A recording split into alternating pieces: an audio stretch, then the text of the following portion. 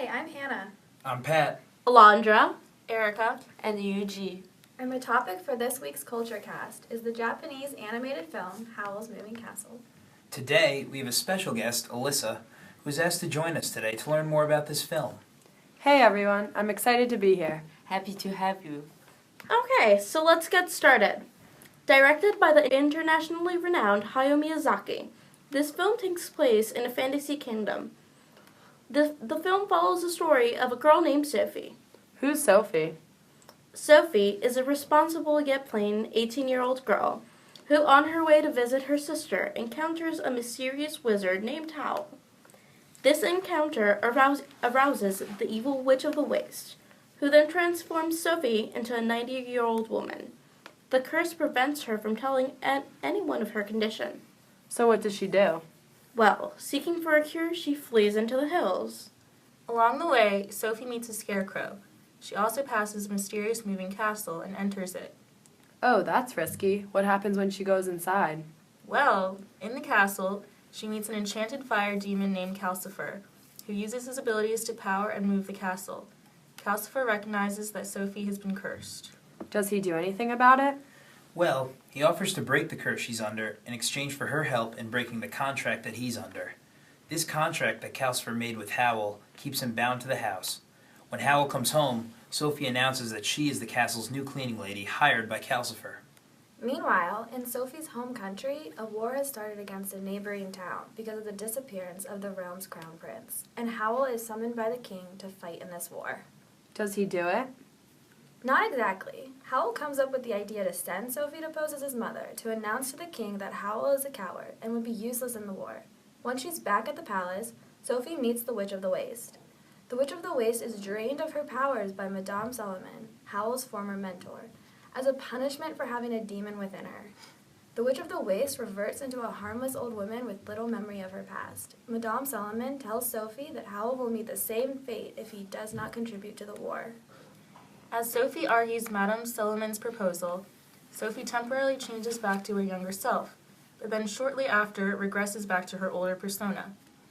Madame Solomon realizes Sophie's true relation to Howl and her romantic feelings towards him.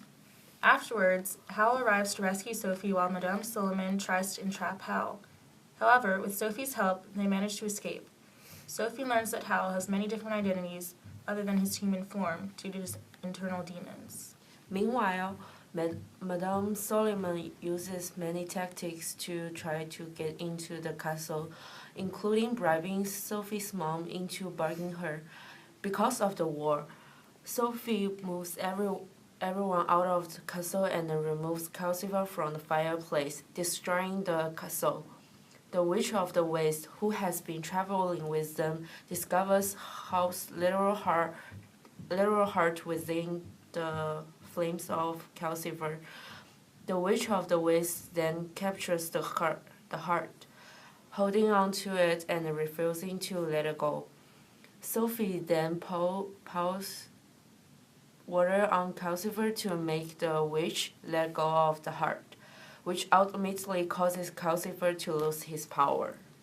As Sophie tries to find Howl's heart, she travels deep into his past. Wait, really? Yep, and this exposes how Calcifer came to get possession of Howl's heart. Sophie retrieves Howl's heart from the Witch of the Waste and gives it back to Howl as she physically places it in him. This resurrects him and frees him from Calcifer. So what happens to Calcifer? Well, Calcifer returns to his original state, a fallen star. After the Scarecrow saves their lives, Sophie kisses the Scarecrow and he instantly turns into the Lost Prince. The war is finally over and each of the characters lives happily ever after. Wow, this is a really dynamic story. I wonder how the director came up with it. Well, to understand the film, we have to take a deeper look into director Hayao Miyazaki's early life. Growing up, Miyazaki worked in his family business called Miyazaki Airplanes, which manufactured parts for warplanes during World War II. He started his career as an animator in 1963 and was involved in many early classics of Japanese animation. He is responsible for the creation and production of many well-known films, such as My Neighbor Totoro and Spirited Away. Later in his life, Miyazaki stated that he felt guilty that his family made a profit from Japan's efforts in World War II. How does that play into things? Well, this guilt is what inspires the anti-war theme that we see in most of his works today. Additionally, many Hayao Miyazaki's works consist of female lead characters. Considered to be the Japanese Walt Disney, Miyazaki has been the recipient of many awards, including honorary academic award for his impact on animation and cinema, the Lifetime Achievement Award, and an Oscar for Best Animated Feature. Oh, that's awesome. He sounds like he knows his stuff. Yeah, I'd say so. But in January 14, 1998, Miyazaki announced that he would be leaving Studio Ghibli. Why? His eyesight was falling, and he believed that he could not guarantee as high a quality of art in his motion pictures as he wished. He intended to make small films for the Studio Ghibli Museum, insisting that the museum should be full of children being noisy, and to train young animators. So was he gone for good? No, not really. Because on January 16, 1999, he returned as the leader of Studio Ghibli, taking a strong role in asserting organizational discipline and focusing employees on their task. Using computer animation to help maintain artistic control of his creations, he directed The Cat Returns, which featured the Baron from Whispers of the Heart, and Lord Howls Castle, based on the novel by Diane Wynne-Jones. Now, that's what we talk about the director behind the film. Let's dive a little deeper into the film itself. Sounds good to me. So, in Howl's Moving Castle, there is a strong underlying theme of pacifism. What's pacifism? Pacifism is a strong anti-war attitude that is shown throughout the film. Why is that present in the film? This film is actually a Japanese response to the Iraq War. Director Hayao Miyazaki publicly stated that the film was a reaction to the widely unpopular Japanese involvement in the Iraq War. Marco Mueller, director of the Venice Film Festival, where it debuted, called the film the strongest anti-war statement we've seen in the whole festival. But wait, how does the film correlate to the war? Well, there are many examples throughout the film that criticize military conflict in a direct way. One example in particular is the scene where main character Sophie is standing in a beautiful field of flowers but is interrupted by a war machine. Are there any other themes? Yeah, aside from pacifism, an additional theme of the film is that of old age. The film goes against the stereotype of aged unattractiveness. How is that shown in the film? Well, throughout the film, despite the assumed misfortune of Sophie's old age curse, we see positivity surrounding the idea of growing old. Sophie embodies traits of maturity and intelligence throughout the plot. Furthermore, she is able to speak her mind more as a result of the spell. She ultimately saves Howl from himself and is depicted as being a powerful, heroic character throughout the plot. So what else does the film have to offer? Well, aside from the film's themes, there are many motifs and symbols present throughout. One example is the character Calcifer. This demon takes the shape of a fiery flame and is a symbol of transformation and war. Additionally, the moving castle can be seen as symbolizing the main character Howl. How so? Well, the castle is always moving and trying to hide, just like Howl. We also see the presence of love throughout the film. Howl gives Sophie a ring as a sign of his protection. We know rings are symbols of promise, love, and marriage, and this underlying love story between these two characters is a key driving element of the plot's actions. That's true. Something else to consider in assessing the film's motifs and symbols is the presence of supernatural elements such as the moving castle, witches, and curses, to name a few. The magic of this film keeps us both entertained and interested in what's happening. Oh, okay, gotcha.